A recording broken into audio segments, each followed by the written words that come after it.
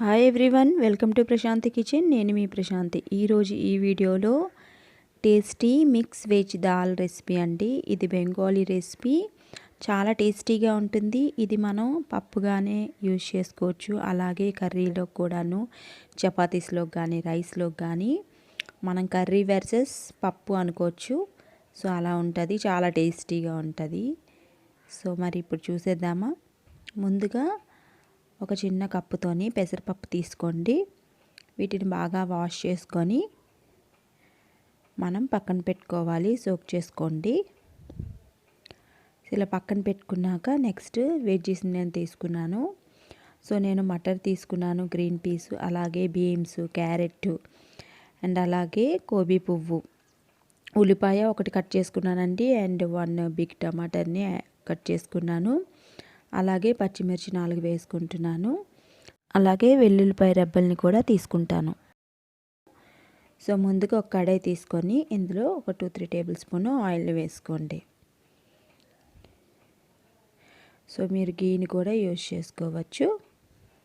So ఇలా oil add చేసుకున్నాక ఒక బిర్యానీ ఆకుని వేసుకోండి. అలాగే ఒక ఎండుమిర్చిని యాడ్ చేసుకోండి. స్పైసీనెస్ ఎక్కువ కావాలనుకున్న వాళ్ళు ఎక్కువ వేసుకోవచ్చు. 1/2 టేబుల్ స్పూన్ ఆవాలు జీలకర్రని యాడ్ చేసుకోండి. ఇవి కొద్దిగా చిటపటలాడాక ఇందులో వెల్లుల్లి రెబ్బల్ని యాడ్ చేసుకోండి. సో ఇలా యాడ్ చేసుకొని ఒక 2-3 మినిట్స్ వేయించుకోండి. సో ఇలా వేయించుకున్నాక ఇందులోనే పచ్చిమిర్చిని యాడ్ చేసుకోండి. ఒక 3-4 పచ్చిమిర్చిని యాడ్ చేసుకొని ఉల్లిపాయ ముక్కల్ని యాడ్ చేసుకోండి. ఒక పెద్ద సైజు ఉల్లిపాయ ముక్కల్ని నేను తీసుకున్నాను. సో ఇలా బాగా వేయించేసుకోండి స్మూత్గా అయినంత వరకు. ఇలాగా వేయాక ఇందులోని టమాటా ముక్కల్ని యాడ్ చేసుకోండి.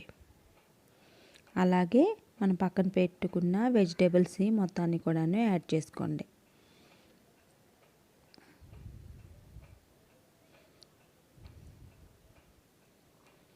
ఇలా యాడ్ చేసుకొని మనకి పచ్చివాసన పోయేంత వరకు వేయించుకోవాలి. సో ఒక 2 మినిట్స్ ఇలాగా 2 to 5 మినిట్స్ ఇలా వేయించుకోండి.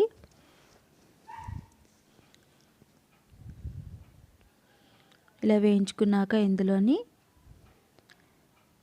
కొద్దిగా గీని 1 టేబుల్ స్పూన్ యూస్ చేసుకుంటున్నాను. అలాగే రుచికి సరిపడా సాల్ట్ని యాడ్ చేసుకోండి. గీ అనేది మనం లాస్ట్లో కూడా యాడ్ చేసుకోవచ్చు. అలాగే 1/2 టేబుల్ స్పూన్ పసుపుని యాడ్ చేసుకోండి. అలాగే 1/2 టేబుల్ స్పూన్ కారాన్ని యాడ్ చేసుకోండి, చిల్లీ పౌడర్ని. మొత్తాన్ని కూడా బాగా వేయించుకోండి ఒకసారి. ఇందులోని లాస్ట్లో గ్రీన్ పీస్ని యాడ్ చేస్తున్నాను. స్టార్టింగ్లో కూడా మీరు వేసుకోవచ్చు. అండ్ 2 మినిట్స్ ఇలా బాగా కలుపుకున్నాక ఇందులో నానబెట్టుకున్న పెసరపప్పుని యాడ్ చేసుకోండి. ఈ పెసరపప్పు అనేది ఒక 2 మినిట్స్ వేయించుకోవాలి. మీరు పెసరపప్పు ముందుగానే వేయించుకుంటే కనుక అవసరం లేదు. సో నేను పచ్చిదే యూజ్ చేస్తున్నాను కాబట్టి ఇలాగా కొద్దిసేపు వేయించుకుంటున్నాను. ఇలా వేయించుకున్నాక ఇందులో వాటర్ని యాడ్ చేసుకోండి. సో మాకు వెజ్జీస్ అనేవి పూరగా మొత్తంగా కూడాను మునిగిపోయేటట్లు వాటర్ని యాడ్ చేసుకోండి. సో నాకు 2 గ్లాస్ వాటర్ అనేవి సరిపోయాయి. సో మీరు క్వాంటిటీ బట్టి యాడ్ చేసుకోండి వాటర్ అనేది. ఇప్పుడు వీటిని మూత పెట్టుకొని లో ఫ్లేమ్లో ఉడికించుకోవాలి. మనకి 15 to 20 మినిట్స్ టైం అనేది పడుతుంది లో ఫ్లేమ్లో కాబట్టి. సో మీడియం టు లో ఫ్లేమ్లోని ఇలాగా ఉడకబెట్టుకుంటే కనుక, సో చూసారా, ఇదే కన్సిస్టెన్సీలోని మనం ప్రిపేర్ చేసుకోవాలి. సో మనం పప్పులోకి కానీ అలాగే కర్రీస్లోకి కానీ ఎలా అయినా చక్కగా తినేయచ్చు. ఒక్క ఐటెం ఉంటే చాలు, చక్కగా సరిపోతుంది. రోటీస్లో కానీ చపాతీస్లో కూడా బాగుంటుంది, అలాగే రైస్లో కూడా చాలా టేస్టీగా ఉంటుంది.